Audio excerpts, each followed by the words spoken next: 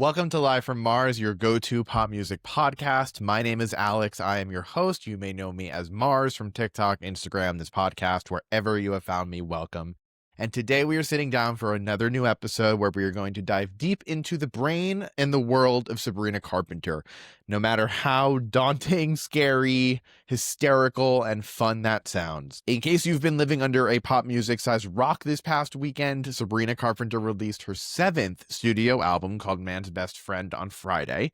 It's wild that this is her 7th album because it feels like she's still a relatively newer artist, but she's been putting out music for, I think, over a decade now, I believe it is. It's only really been like a mainstream breakthrough moment since really Emails I Can't Send, which dropped in 2022. And then the real gargantuan wave came through with last year's Short and Sweet.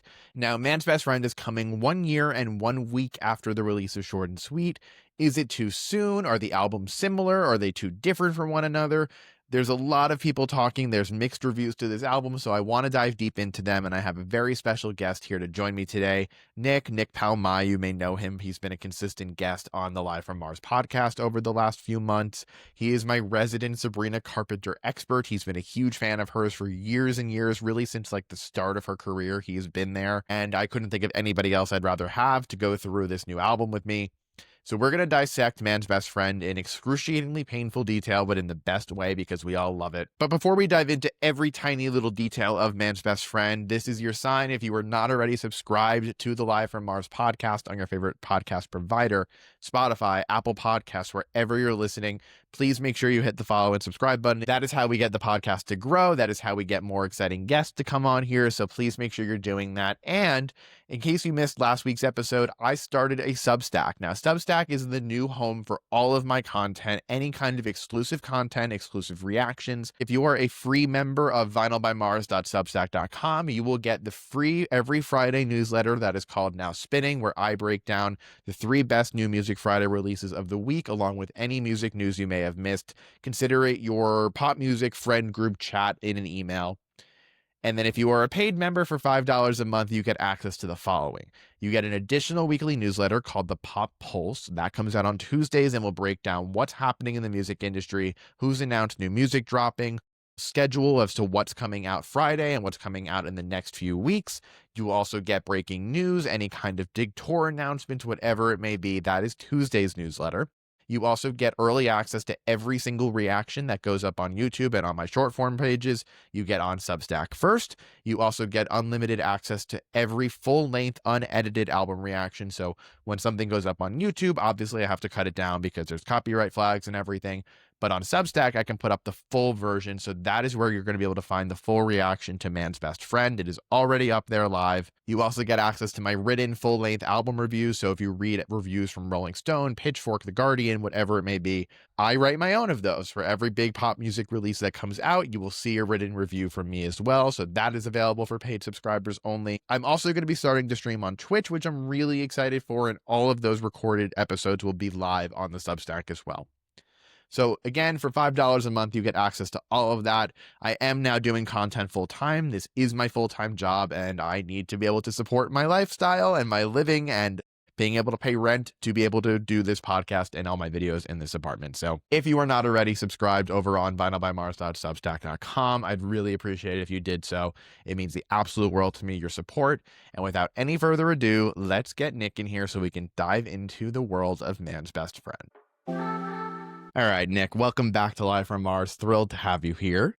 Hello, thank you for having me again. I am honored, and I'm also jealous that it is daylight where you are. If you're not watching the video version, Nick is sitting in his car because that is his rightful place, and he lives in it. And not actually, doesn't actually. Not actually, I swear, guys. He just likes screaming in them. He doesn't actually live in them. I also see that we have the pink Juno fuzzy pink handcuffs hanging. Yes, I had to add them. I did them for my reaction videos. I'm like, I need to have the cuffs in for this, obviously. Hell yeah. Okay, well, this is a perfect segue because I want you to intro yourself for those who may not be familiar, but I also want you to talk about your relationship with Sabrina Carpenter, being a fan, and how you have those fuzzy pink handcuffs, because it's a great story. Yeah, for sure. So I'm Nick. I'm the guy that screams in the car. That's why I'm in my car. If you can't see, I am in my car, as we've talked about. But yeah, Sabrina, I've been a huge Sabrina fan for like a long time now. Started paying attention to her when she was on Girl Meets World in Disney, obviously. And then she started making music. And like at first it was very Radio Disney, but I'm like, okay, there's a song or two in here that I'm enjoying. So I kept keeping up with like what she did musically. And then she did Evolution and Emails, and she did the Singular EPs. I've just been following along since. And when Emails started happening, I posted about Emails, and like because I like to boy nonsense, my favorite songs, I was like, I need to push the Sabrina Carpenter agenda. And that's when she first saw my videos. She duetted a couple of them. She Oh my commented God. on a few.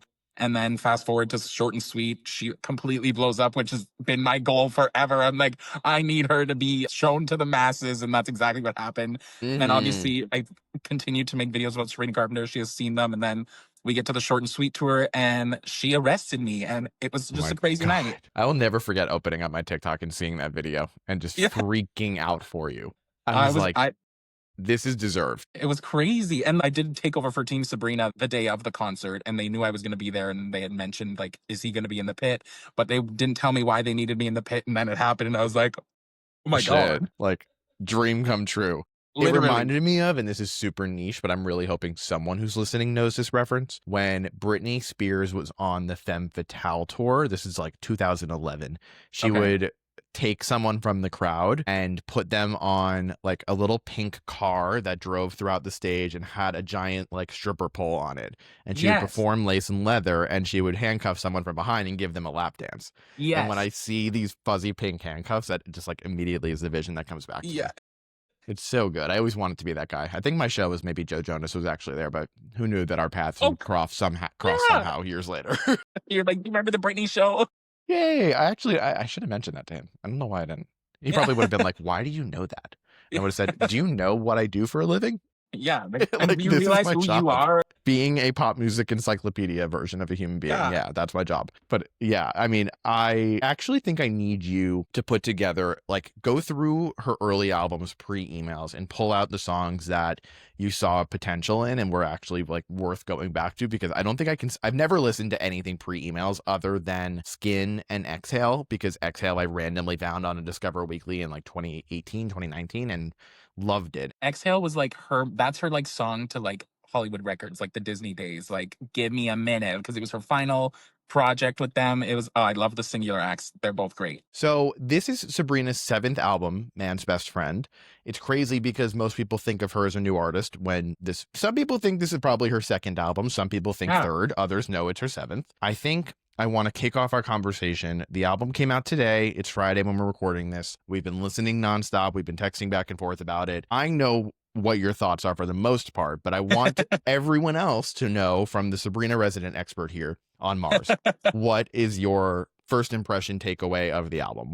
How are you sitting with it now after how many listens? I don't know how many listens at this point, because I listen through in full usually, and then I like jump around a lot and like go back to my favorites, or like a certain part gets stuck in my head and then I'll go back to that song. And I'm a big, like, when an album comes out, I fixate on certain songs before I can digest it in full. So it is early for me to be like, this is my 100% concrete thoughts. So this is all my thoughts on like the first few listens, but obviously love it. As a huge Sabrina fan, it's great. I love the retro feel it has. I feel like she dabbled with that a little bit on Short and Sweet, and it feels like it's more pulled to the front with this, especially with a lot of Jack Antonoff in there and his Yeah, like, we'll talk about him.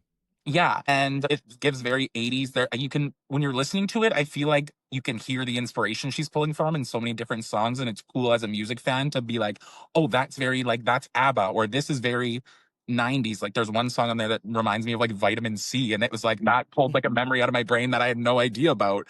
And Yeah, I so I love that one. We'll talk about that.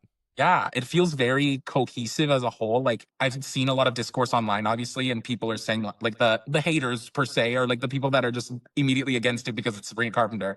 They are kind of saying like, oh, they all sound the same. Whereas I think a lot of them sound similar, not similar per se, but like they're all in the same world, Mm. but they vary enough that it's like it feels like a body of work and less of like a compilation of tracks. Yeah, I understand that.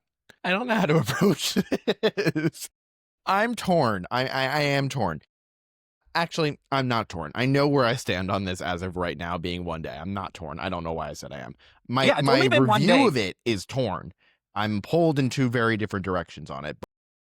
as a whole, after listening to this pretty much exclusively, I actually don't think I've listened to a single song not by Sabrina Carpenter from this album over the last like 36 hours. No, same. This to me is a good album. It's not a great album. The big concern that I had when she announced this album was that it's coming literally almost, I think it's exactly 1 year and 1 week since Short and Sweet came out. So it's very quick turnaround. Granted, there have been quicker turnarounds. I'm talking Ariana Grande, Sweetener, Thank You Next, 1-2 Punch, Folklore, Evermore, Taylor came within 4 months of each other, 4.5 months. And this is a year and a week. So it's not crazy, but it is pretty quick, especially for an artist like Sabrina, who that was really her mainstream breakthrough to like push her to the upper echelons of pop music. My concern was that this album was just going to be a bunch of short and sweet B-sides that didn't make the final cut of that project or the deluxe edition, but still were good enough to come out. And Manchild's dropping didn't help that case for me, because Manchild to me feels very much like it could have been on Short and Sweet, but she chose Please, Please, Please instead of it on the track list. So I was like, okay, there's a natural through line here. I'm hoping the project is going to stand out a little bit more on its own. And fortunately, it did do that. It completely stuck the landing on that part of it for me. This is an album that, as a constructed body of work, is very similar to Short and Sweet, where you have like 4 to 6 songs that are clear cut, like pure maximalist pop hits that have a ton of potential to do super, super well. And then there are some like mid-tempo, more forgetful, boring ones that don't necessarily stick the landing as much as the others. And then there's a few that are in the middle there. And for me, Short and Sweet was that. You have Espresso, Please, Please, Please, Taste, Bedchem, Juno. That's like your 5 pure glistening bangers. Don't Smile up there, like quality-wise, one of the best songs on that album. Obsessed with that song. Yeah. I remember when we actually did the like top 5 albums of 2024 and we talked about Don't Smile and we were like, oh my God, finally someone else who just gets it. Like that song is so good. I love Don't Smile. It's so good. And then you have like a Lie to Girls, a Dumb and Poetic, Slim Pickens for me. Like those are the ones that I don't return to on Short and Sweet. So this album, Man's Best Friend, very much followed that same mold, at least for my ears. Like the hits that are here, Manchild, Tears. I loved Sugar Talking, which we'll get into. But like in terms of like a clear hit, Manchild, Tears, When Did You Get Hot, and House Tour. Like those 4 to me are like pure pop, just killer.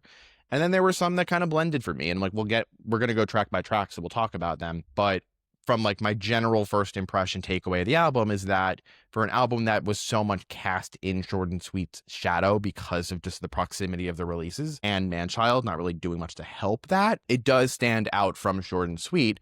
But I do think it's not as good as Short and Sweet. But like that was a once in a decade kind of pop album. And I think you mentioned a lot of like the feedback online, and I'm seeing a lot of mixed reviews. I'm seeing people on very opposite polar ends of the spectrum. Some people are like, there's no Espresso. I'm like, Espresso is a once in a career song that happened to really Espresso, you're gonna keep making repeats that don't do the same at all. Like exactly. Think of like when people are saying, where's the espresso? I look at like when Ariana Grande tried to do A Second Problem with Focus. Fell completely flat. Like I love Focus, but like it's a fun song, but it was too in the same lane where it was like, well, we have this already. What else you got? Exactly. 100% agree with you. If she set out to recreate Espresso, it would always be a less good version of Espresso. Even if it's so good, it would still feel like the B-side to Espresso. But a lot of people are saying like there aren't hits on this album. Like this is where the similarities to Short and Sweet really shine for me. There is a Bedchem on this album. Like there's 100% of Bedchem on this album. There's more hits on this album, but not like obvious hits. Like the Bedchem of Man's Best Friend is House Tour. No doubt in my mind. And the Juno of this album is Tears. Like they're here. Yeah. House Tour actually kind of reminds me of Busy Woman in a way.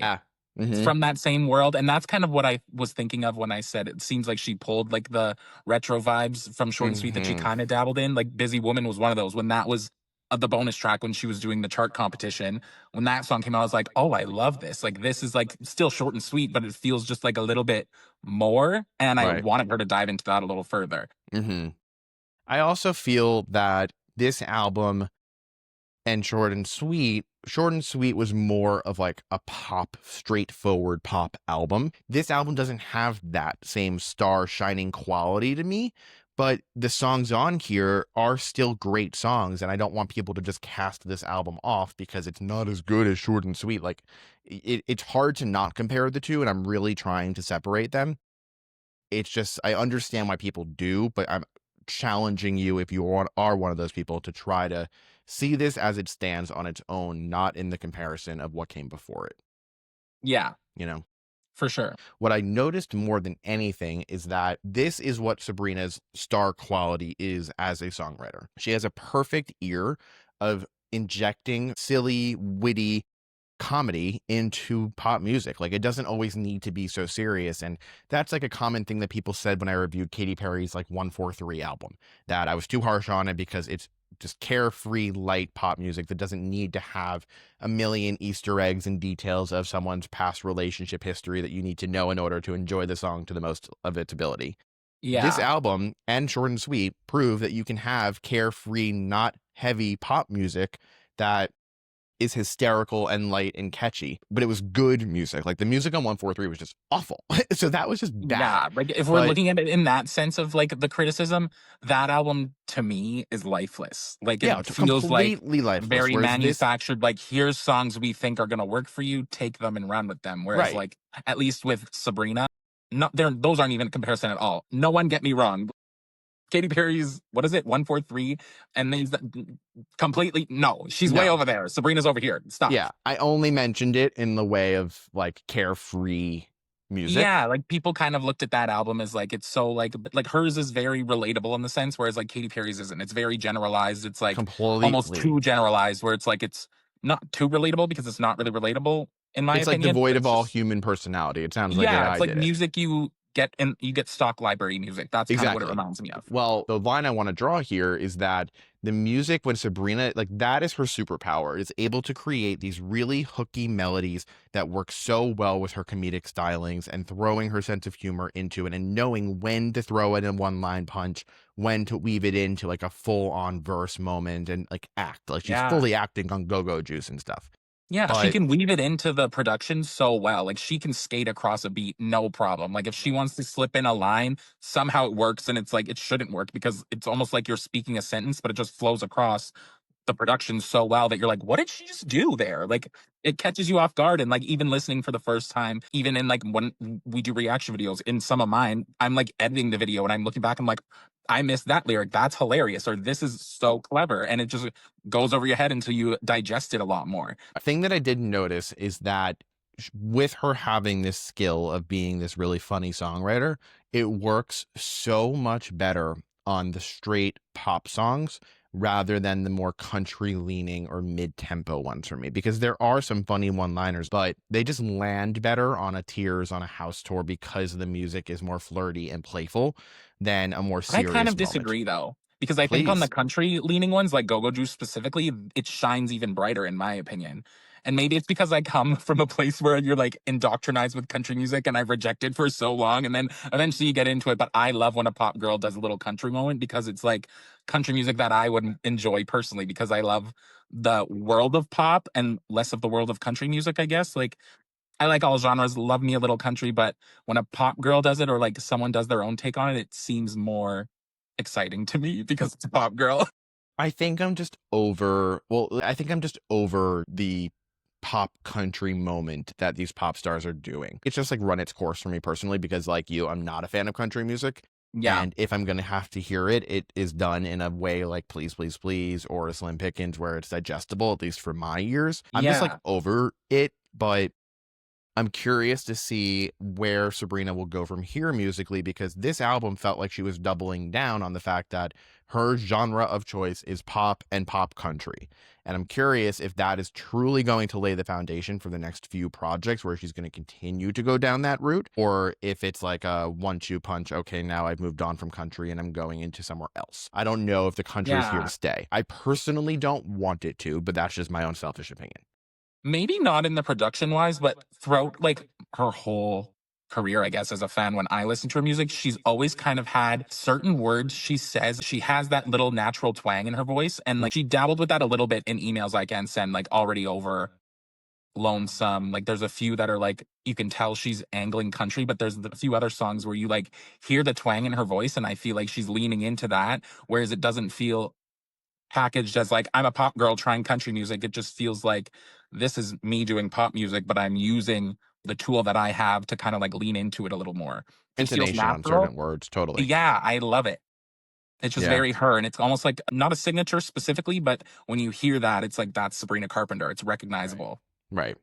Well, this is a good lead in into what we're going to do next. So I want to play a little game. I want to go through this entire track list, all 12 songs, and I want us to say the very first word that comes to our minds. If you had to pick one word to describe each one of these songs, what the Okay. word would be, and then we can go into each song. We're going to kick things off with Manchild, lead single of the album. This was the first taste of the project.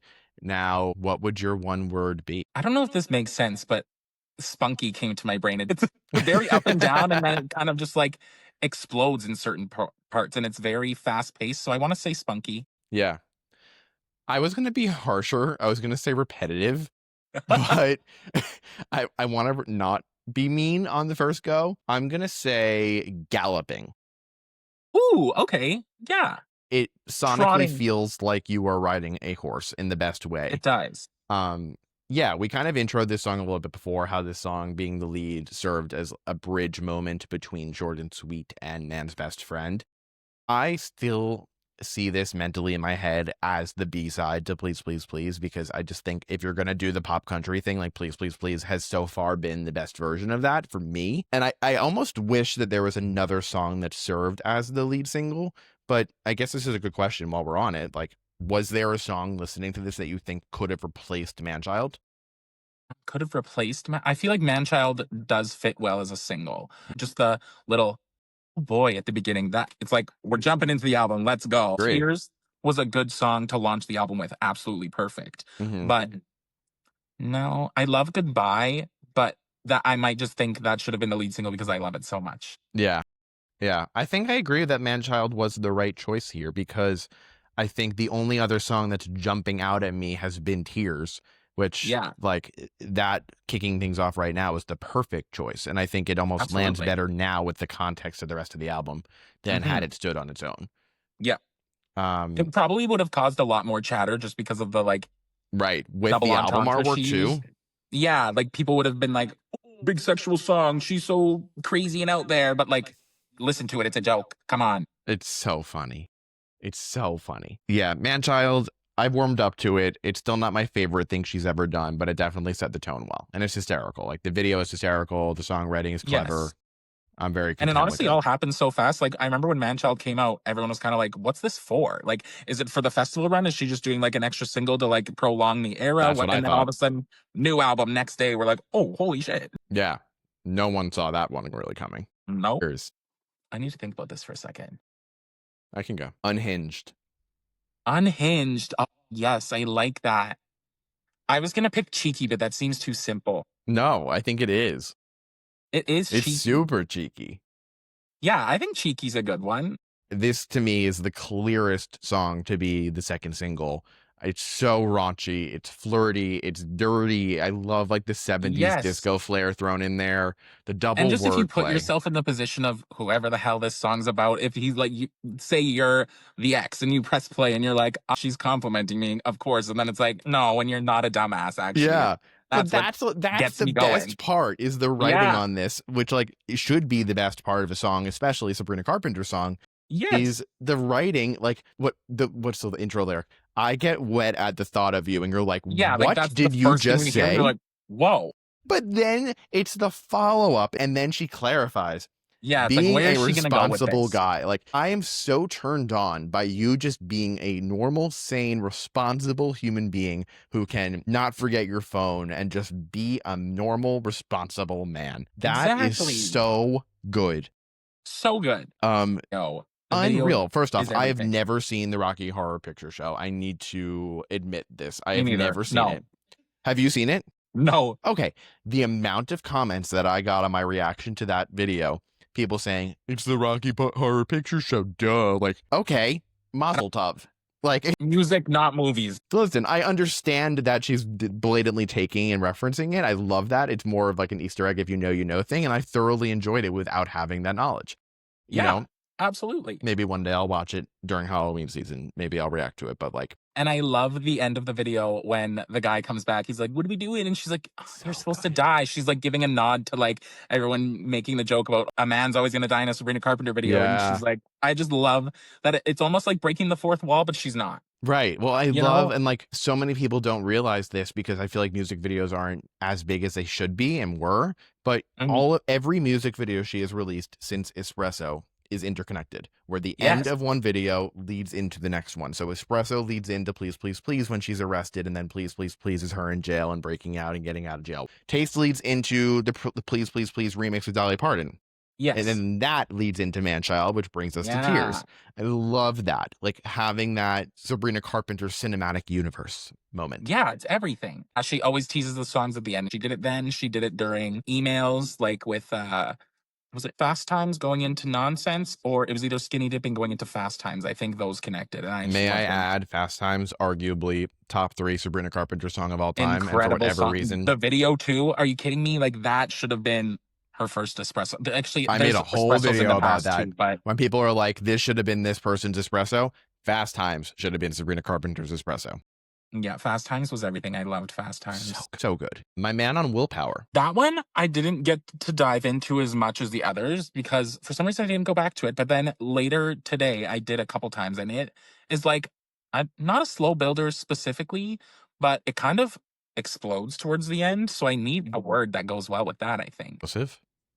Not explosive. That feels dramatic. No, I'm gonna lean into the Sabrina Carpenter and say it's a climax. That's a good one. That's a good choice. Thank you. My word was going to be mature. Yeah. Okay. I liked the fact that for the first time in a while, she was taking on that perspective rather than being not mean to the men, but like instead of calling them dumb and stupid and idiots, like actually taking a mature perspective here and referencing what it's like to be in the shadow of what someone thinks about you and like how they perceive themselves too and how that impacts you in a relationship. I thought that was a really interesting way to Yeah. analyze a breakup because this album is a breakup album, but it's showing off all the different emotions that come with it between frustration, anger, sadness, revenge. But like this was a mature perspective to take, and I appreciated the tone change of this, especially Yeah, coming for just sure. 3 songs in on the album. I was surprised by the placement of it. Yeah, absolutely. Production wise, this one opens with like a little bit of an experimental touch where it felt different, and then it completely transitioned into like a more traditional country influenced moment. And that is the one critique that I have. And I know I said we were going to come back to Jack Antonoff, so we're circling him back in here. The problem that I had with this song, and this is one of my favorites on the album, so I still do enjoy it. The introduction of My Man on Willpower does like a little experimental flourish, and then at the very, very end, there's like a tiny little moment of it again. And there were multiple songs on this album that would start off with something that was like a completely different sonic palette that had not yet been referenced on the album or within the song itself. And it like teased it at the beginning and then teased it at the end. And then you never heard another mention of it. It wasn't baked into the rest of the song at all. And it bothered me because it was almost like dangling something in front of my face, like taunting me. Like, you want something completely different? Completely different? Here's like a 3-second little intro and closing of it. And then they'll never hear it again. And I felt that from My Man on Willpower, and there are a few others. And when we get to them, I have to check back and listen. But this was definitely one of them that did that. You're like, okay. So I'm like, Like, I don't fuck know this if guy. I pick it up exactly. So I'm like, I'm gonna have to go back and see if I can pick that up. Sugar talking. I love that one. When I was picking like my favorite ones to like post about when I post on Instagram today, I was like, that is one of my favorite songs on the album, I think. And that's Me why I too. had to go from top 5 to top 6. Yeah, it is. I guess, what are our words? Complete silence. My word for sugar talking is hypnotizing. That is good. You can use it if you want. I feel like I could use that for a different one. And I may not, but I may. So I'm not Okay. going to use it for this one.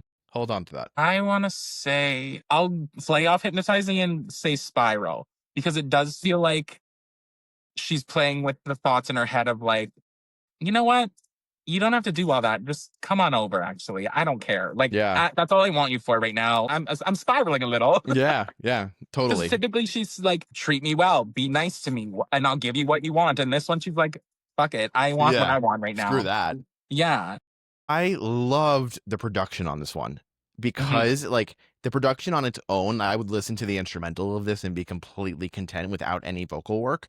The vocals on this song were so good.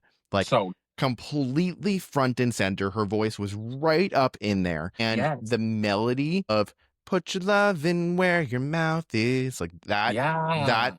that is what I was hypnotized by. And I just kept Yep. wanting to hear it over and over again. I guess that's a hook, but like it really moved me. Like a mid-tempo moment with a good melody that's hypnotizing, the funky guitar work that was thrown in here, Yes. I love a good guitar the moment. cool electric guitar that was patched in, the songwriting, like get your sorry ass to mine. Yeah. This is just like a great Sabrina Carpenter song. I also felt like a lot of the vocal moves were very Ariana Grande on this song, especially, and on a Yes. lot of the album, but like really on this one.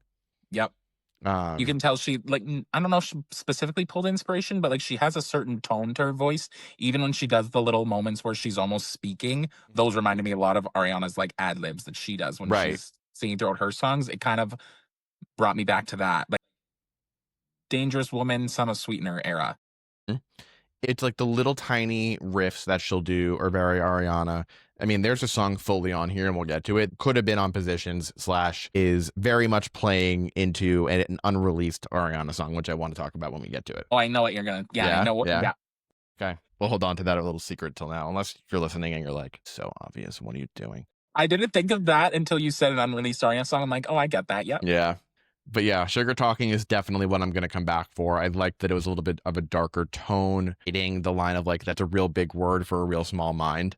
It almost reminded me, maybe just because it's a more mid-tempo moment, but of Don't Smile, of just like Yeah. being a little bit more upfront and present with her emotions, where her mental state is at, what she's looking for, and just like allowing yourself to feel that frustration and sadness more. Yeah. And I think a lot of when she doesn't do that in the newer music she does, it's almost like solidifying and building into the character she's kind of making for herself. Like she is making herself like a showgirl per se. Maybe that word's just in my head lately, but like even how she's so animated on stage but like leans into the like classic showgirl energy. I feel like she's playing into that so much to really solidify that as her thing. Whereas you sometimes the new fans may not even know or just forget that she's capable of stuff like emails like End Send or like the deep cuts like Exhale on Singular. She can do that. This is just a new world for her, and she's already done that kind of stuff before. Now she's pushing that narrative further with like her pop girl side, but she still can pull that out of the bag whenever she wants. Definitely. Track 5. We almost broke up again last night. That it's a beautiful song. Like starts when it pulls you in because you're like, wow, this is really pretty. And then it kind of gets cheeky. So I got to think of a good word for this. It's funny because the word that I had in mind, I realized I already used. Honest. Mm. Because I like the line where she talks about I don't know the exact lyric, but it's about like lying to your friends. Like we're gonna tell our friends this was a close call. And it kind of reminds me of like watching some of my friends in relationships in college and in high school where it's just like, oh my God, you guys should have broken up by now. What is going on? But then you get the story where it's like, oh my God, everything's fine. And you're like, no, I remember seeing you guys out last night. Nothing's fine. I don't want to say the word that I already used. I'm trying to think of a synonym for it. I'm going to say this word and I'm going to explain it. Okay. Obviously, that's the point of what we're doing. Reflective. Reflective. Okay. And I mean that in two different ways. Reflective on the relationship and on like the emotions of everything that you just discussed, because Yep. you laid it out perfectly. I meant reflective more because I wanted to say repetitive again, but I used it for man-child. Oh, yes. This song is structured almost identically to Please, Please, Please. In the end, this You think song, so? first off, the verses, and this is another like common trend I found on the album, but especially in this middle section, because the middle section, transparently, 5, 6, 7, maybe a little bit less 7, is where the album lagged for me. And Okay. I don't know what it was exactly, but something I noticed was that the verses are stronger than some of the choruses on this album. And this song was one of those for me. I really loved how stripped back and stunning and, like you said, beautiful the verses were. And then the chorus built and became something so grandiose. Very ABBA, which obviously is a common through line throughout the project and most clearly on Goodbye. But this song reminded me a lot of ABBA's work too. The chorus felt like very classic Sabrina. I liked the distortion on the bridge. I wish it was woven into the song more than just on the bridge, and more to like literally reflect something musically breaking up. Like, I thought that was a really cool version of text painting where you're seeing the song sort of crumble into itself during the bridge to reflect the actual emotion and what was happening in the relationship. So I loved that touch. Vocally, really, really strong. That key change that comes through the end, that's where the please, please, please analogy is. Yes. That's what I was thinking. That's where you're going. I'm like, I feel like there's a key change at the end, but I'm like, I'm not 100% sure because I'm obviously still digesting it. But yeah, it's still day one, day two. Like, it's a lot to soak in. But yeah, that's where I noticed the please, please, please through line, the key change. The ending of it also sounds like how please, please, please ends in almost celebrating tone. Like, it felt like this song felt super Jack Antonoff, like super Jack. And that is where I mentioned before, there are moments on here where I think like they work so well together at this point, but some of the tricks that he pulls and just like the synths that he uses or the guitars that he uses are so clear at this point. If you are like a diehard pop fan who's listened to his work with Lana, with the 1975, with Taylor, with everyone that he's collaborated with, some of them felt a little too similar to me to stand on its own. But this one wasn't the bigger offender of it. There's a later one that did that. I'll mention it. But I did see a TikTok about this song, and I cannot take credit for this discovery, but once someone said it, I can't get the thought out of my head. Is there a song that we almost broke up again last night reminded you of from childhood? You're saying no. I want to play you something very quickly, and I need to find it and pull it up because once someone did it, oh my God. Were you a SpongeBob fan? Yes.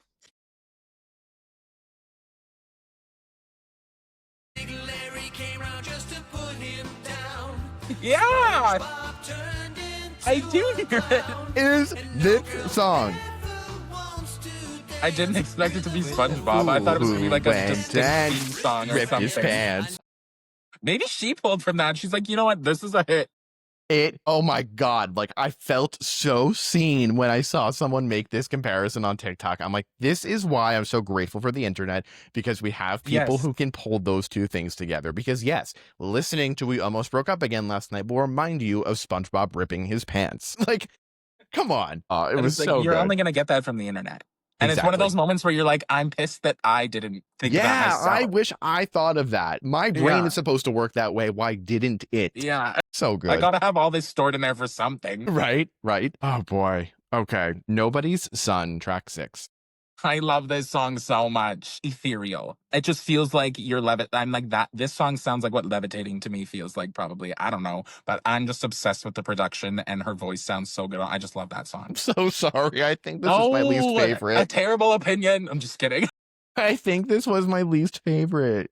Really? Yeah, and I really want to see what you see in it. I didn't not like it. My word for this is funky. I liked the production was so funky. I thought the verses were too short and it went right into the chorus, and it was a little bit too bubbly for me personally. Again, it's very Jack. So that makes sense. I did like two things. One, there's a really clear through line to My Man on Willpower talking about self-control. So I liked that there was like a thing coming back around that if you've listened and paid attention, you're picking up on the same thing again. Yeah. Another version of kind of, I don't know if this is considered text painting if my music theorists are listening, but the sounds of whips coming through, you hear whips as she's talking to her man's mother, like whip into shape was the context on the song. Yeah. But I loved the double play on it of like whipping someone like in bed sexually in a frisky relationship like you're imagining Sabrina Carpenter has. So I thought that was a really cool touch. This was another one of the songs where you had really fun production that was interesting and distorted on the edges, but didn't come into the song. And I'm like, that is what I'm looking for. I don't know what you're talking about. You're like, I don't hear anything. I just hear mama. This was a bottom tier one for me, but I love that you love this one. I do love it so much. It's so sometimes don't let me sway you. Oh no, you couldn't. I don't let anyone sway me. Good. Stand your ground. approach music in a way where it's like, if this song makes me feel good, I don't even care what you're saying sometimes. Like, if this is just like a nice song that I'm like, wow, I just love the way this sounds. Like, I don't really care what she's talking about. I just love it. And that's one of those. You struck a chord with me because now it's like since I've been, posting content for 4 years, reviewing music, and that's now my full-time job. Like this is Yes. now what I do for a living. I still listen to everything and seek out to enjoy it, but I'm always listening to things with the critical lens of trying to find trends and production choices and lyrics and vocals to pull out and like review it critically. Sometimes it's nice, like you said, just to throw on a song and that you love, you enjoy it. And like it should be that Yeah. simple. At the end of the day, Just that's what it's all listen. about, right? Never getting laid. Okay, a word for that. This is one of the other ones that I haven't gone back repetitively enough yet, but I only use cheeky. It's You not, did use I don't, cheeky.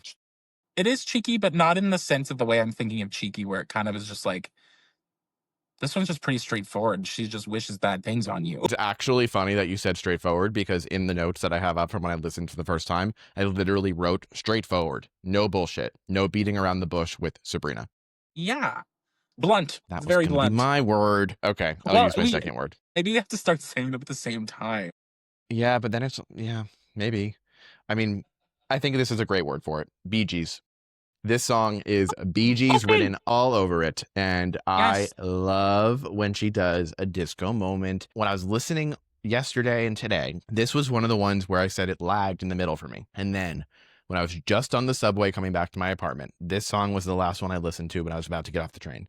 And I heard it and I'm like, this is stunning. Like this, It was there's like a always sign. one song on every album I listen to where at first I'm like, oh, what is this? It's boring. And then I immediately fall in love with it like the day after. And that is this album's version of that. Uh, Never Getting Laid. I loved the groove. Again, like Nobody's Son, I thought that the verses were better than the melodies of the chorus, which I do still stand by. Again, like there were a lot of little vocal moves and little runs that felt very Ariana. There's a great line in here about like using your lips on a girl with big tits. I'm like, hell fucking yeah, nailed it. So good. So good. Yeah, the verses were super strong. The chorus didn't land as much for me as the verses, just because I preferred the production on them. But the one-liners, blunt humor, I was going to use the word yeah. blunt from that. Super entertaining. I This was a literally had really to fun one. look up what a word meant. Someone tweeted, I can't remember what the word is. So, and something. No, it was like, it's a phobia. Oh, agoraphobia. Yeah, I was like, what the hell's agoraphobia? And then I'm like, that's a funny thing to wish on someone. Like, who the fuck thinks of that? Like, I want you Fear to get of places anxiety in and every room you situations enter. that might cause panic, helplessness, or embarrassment. Yeah. Wish it upon him. Probably Yeah, wish it deserved it. upon him. I'm like, that who thinks of that? Sabrina Carpenter, Yeah. that's so funny. When did you get hot? Can I pick like a movie title because someone them up? Because I said this one reminded me of Vitamin C in like 90s and 2000s. And then someone commented Coyote Ugly. And if you know Coyote Ugly, I'm like, oh my God, yes, it's so Coyote. My word was hysterical. Yes. Just laugh out loud funny. This to me is easily top 3 on the album. The 90s hip hop production on this was so unexpected because the rest of the album was so 70s infused that having her touch the 90s, I was like, finally, we're getting to a new decade.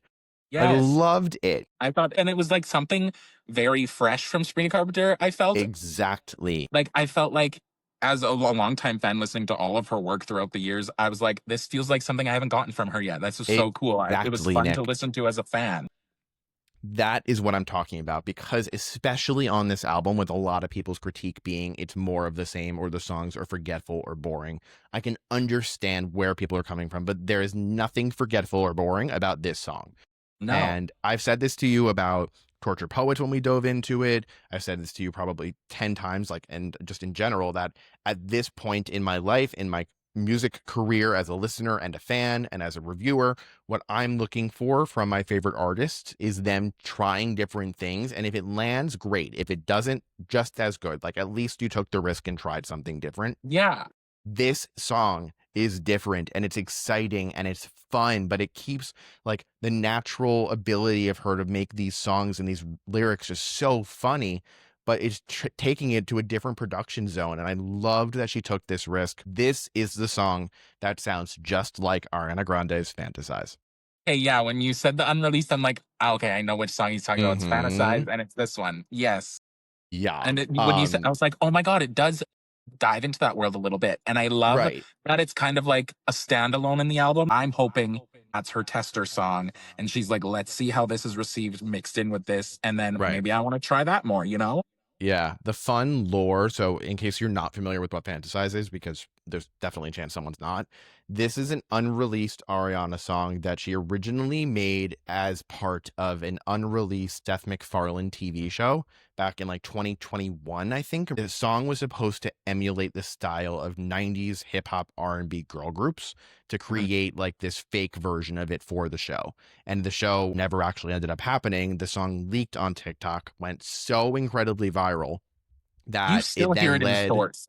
right, and then led to Ariana creating The Boy Is Mine on Eternal Sunshine, which was your boy's #1 song of Spotify Wrapped last year, as a It way of literally, like this giving is fans another that. fun lore drop about it, but like someone uploaded it themselves on Spotify as a fake artist, and then everyone, and it literally charted on the Spotify charts as this pseudonym. Is that what they call it? Yeah, yeah, Yeah, yeah. under this random name. I can't remember what the name was, but it charted on the Spotify charts, and then that's when And it she was finally got pissed. taken down. Yeah, people were like, what the hell? They're Well, making yeah, money off this now. Like it was crazy. that's They when had she like a literally whole said, page. she was like, "See you in jail," because like you stole the Literally. music. Yeah. I loved, again, like Ariana isms all over this song, her runs. I love that she broke the fourth wall on this and she was like, hold on, like big riff coming, and then just goes Yeah. for it. That's hysterical. Also, Yes. how has a song about this not been made like this yet? Like, I can't think of a song that Yeah. tackles the same theme just off the top of my head, but the absolute highlight for me, definitely Yeah. top 3. Incredible. Go-Go Juice. I loved Go-Go Juice took me by surprise because I honestly was expecting like a Juno moment. I thought it was going to be like very like bright, vibrant, pop, shiny, new, exciting, and it's still shiny and exciting to me. But then it kicks off, and I was like, "Oh, is this going to be like a little lower energy acoustic?" And then it just kind of like explodes in the chorus, and it feels to me like a song you're in a dive bar with your friends, and it's like the end of the Yes. night. It's kind of dying off, and then that song comes on, and everyone's like, "Oh my god, this song!" And then the chorus picks up, and I love what she does with the bridge. I guess you could call it a bridge, where it's like Yeah. it starts like slowing down. It feels very anthemic, and it's like I just feel like I'm with a group of my friends hanging out at a bar, just like we're all enjoying the best song ever. Yeah. So what's your word? I want to say anthemic. Yeah, that's the word. Anthemic. All right. Yeah, I'll take it. I like that. Mine is intoxicating. Like, to take the intoxicating. obvious route here, Yeah, I wanted to lay a little groundwork a few songs ago where I talked about, well, you actually brought it up for me, about songs just being able to just like enjoy it without having to think too seriously about it. Taking this from a critical perspective, this song didn't really do it for me. I thought that the verses were fun. I love the rhyme of like Barry, John, Larry, not Barry, John, Larry, villain. I thought that was yes. fun. But did you I can you catch what the names are rhyming with? I just said one of them. Yeah. And I'm like, I at first I couldn't tell if she was saying the one that rhymes with the name itself, but then I'm like, oh no, she's saying villain. So I know what that is. I'm Yeah. like, John, up, Larry, yup. I'm like, Yeah. okay. That's a fun Easter egg. This song didn't land for me I think because exactly what you said, how it just sounds like you're in a southern bar or like having a communal dive bar moment, and that just Yeah. like gave an ick up my spine because that was my college bar and it just like brought me back to that. I also super nitpicky, but I think it would have been really funny if they used actual drunk voicemails that she's left, because they're out there in Yes. the bridge. But Yeah. I did like the fact that the bridge turned into a little acting skit and how she's purposely making these lyrics not make sense. I thought that was Yeah. fun. It's That a was fun another one. moment It's where you not something need to I'm writing like home about. digest it and take it in for a moment, because when I first listened to it, I didn't even catch. I thought I was just mishearing the lyrics, and I didn't catch that she was doing it on purpose. And then I was watching the lyric video, and I was like, she's mimicking her fumbling her words when she's on her go-go juice. I love Yeah. that. Yeah. It was super fun, maybe a little overproduced, but like the lyric flips were great. Yeah. That's Go-Go Juice for me. Don't worry, I'll make you worry. My word for don't worry, I'll make you worry is Jack Antonoff. It is very Jack Antonoff. What It's, about classic? Not in the sense of like it's a classic song, but it's like it's what it's expected of yeah. Jack. Yeah. It completely took me out of this one. Maybe I definitely should spend a few more listens with it, but the guitar work as soon as I heard this, it sounds identical. And it's ironic because I don't even think Jack worked on this song, but it sounds so similar to the guitar plucking in Epiphany on Folklore. Oh, okay. Yep. I see And that. on Being Funny in a Foreign Language, the intro of About You is like Oh, I do very like that similar song. to this style. And it just completely took me out of it. And like, this is the song that made me fully sit and say, like, Jack, I need you to uh, that this is where I get so frustrated because people always bring up the fact, like, fire Jack Antonoff. We're done with Jack Antonoff. No more Jack Antonoff on Taylor, on Sabrina, on any of these pop girls albums. And I completely disagree with that because the reality is that all of your favorite pop stars have made some of their best work ever with Jack Antonoff. He is an incredible producer, really talented songwriter. We would not have Getaway Car without him. We wouldn't have Please, Please, Please without him. Yeah. And also, something that drives me crazy is the argument that, like, the producer is the one making these decisions about the album, about the production, about these songs' choices. And that's not the case. Like, if you think for a second that a woman as strong as Sabrina, as strong as Taylor, is just letting a producer, a man especially, dictate what's going to be on the album and force them into making a song like that, that's quite literally the most ridiculous thing I've heard in a very long time. These artists are choosing their producers. They're choosing the textures they're working with. They're bringing the instrumentation in. And obviously, Jack, as a songwriter and producer, is more educated in that world than Sabrina as the vocalist, as the main artist. But it's still her choice to bring it in and have it make the final cut. I Yeah. just wish, because like Jack worked with Kendrick Lamar on GNX and he did Doja Cat's Jealous Type, right? Like, Yeah. that's so different. So why can't some of those things be more top of mind, maybe when he's working with the artist that he works more consistently with? I think that's where I get frustrated because this song instantly took me to Folklore, to 1975, just took me out of the album, and it was unfortunately not possible for me to get back in on this one. I do think that, again, this is one of the more mature ones, like My Man on Willpower. It's very pretty. I liked her being able to share this more mature perspective, and it's a little bit more forgetful, but I did really appreciate her vocals on it. It was very beautifully put together. I just Yeah, wish her that vocals are so good on that one. so good, and like the harmonies are stunning and the chorus really lets it shine.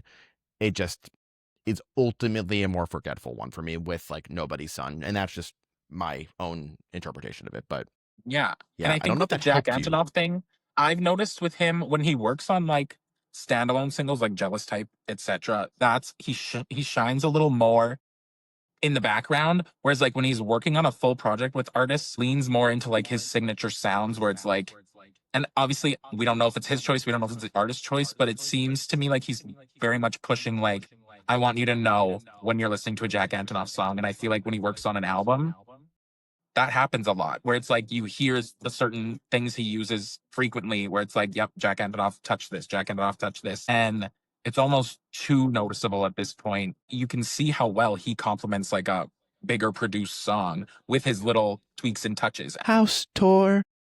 House tour. I love House that song. tour. And I might only be saying this word because I saw someone edit it into a video of it, but it's so Barbie. That was mine. Barbie.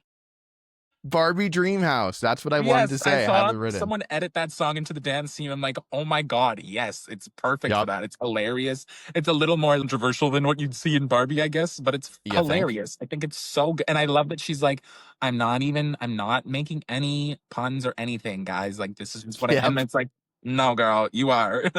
Yeah. Uh-huh. And like the one that I like loved specifically was the Chips Ahoy line because I'm like, she's offering him something to eat and it kind of goes over your head if you don't think about it, but she's saying, I got a cookie for you. And I think that's so funny, I didn't catch that. right?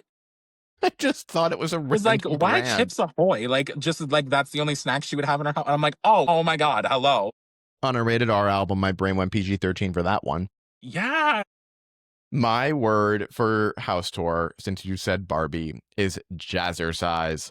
Jazzercise. This Yeah. song, you can just completely picture this being the theme song to a jazzercise commercial. Yeah. Or like Zumba. Super Madonna. Super Madonna. I loved the 80s infusion for this. I literally wrote in all caps, this is it.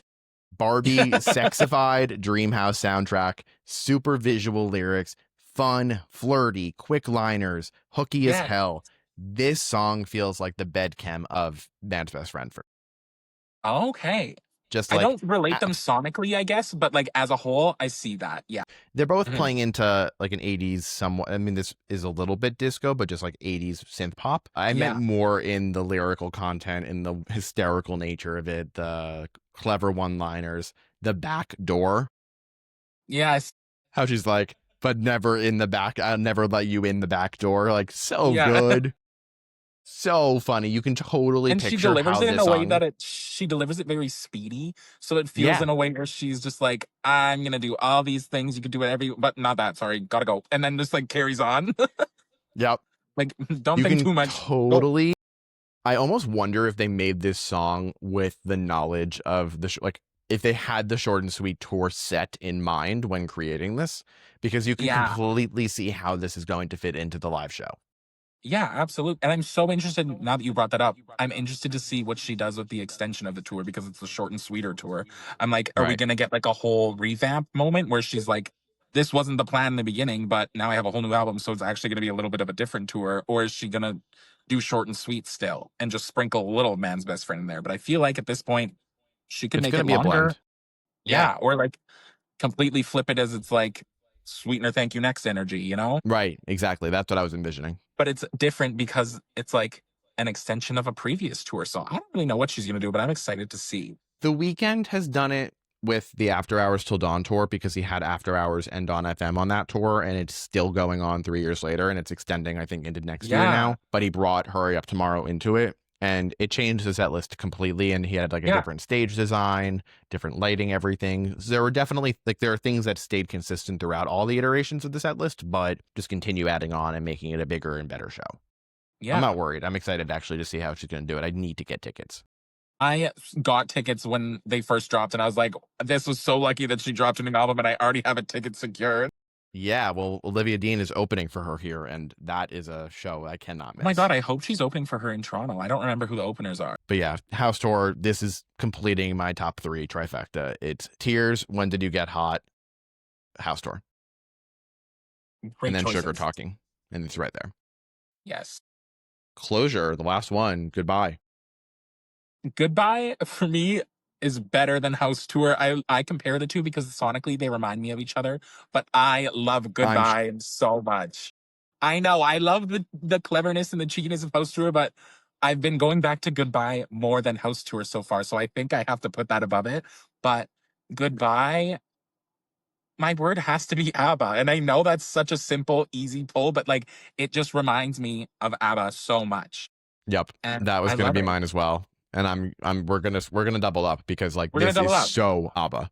So Fernando, the song, yeah, ABBA song Fernando, is this song. I just Singing love it. in Spanish, Italian, French, British, if you want to consider Yeah. that something else. And I Tata love how Cheerio. sassy it is. I love that she's just like, you're the one who said goodbye. What do you think this is? We're not being pals. Get away from me. I love Yeah, it. I love that it's very like confident and she's just like standing in herself like, no, you made this choice. Go away. I just right. love it.